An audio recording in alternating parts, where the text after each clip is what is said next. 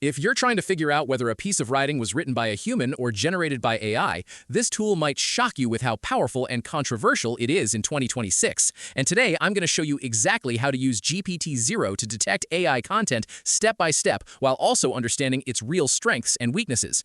GPTZero is an AI detection platform used by teachers, schools, universities, and publishers to analyze text and estimate whether it was written by a human or generated by AI.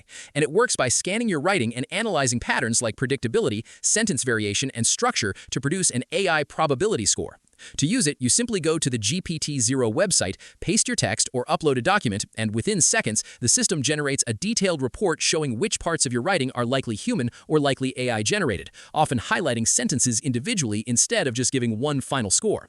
One of the strongest features of GPTZero is this sentence-level analysis because it helps users see exactly what is triggering the AI detection. And another useful feature is the writing feedback system, which gives insights into tone, structure, and complexity so you can understand how your writing is being interpreted.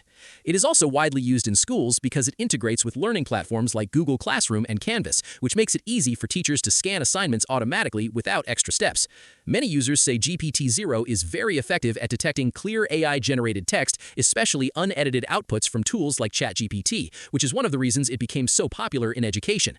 However, when you look at real user feedback and independent research, the picture becomes more complicated because there are consistent reports of false positives, where human-written text is sometimes flagged as AI, especially when the writing is very formal, very structured, or written by non-native English speakers.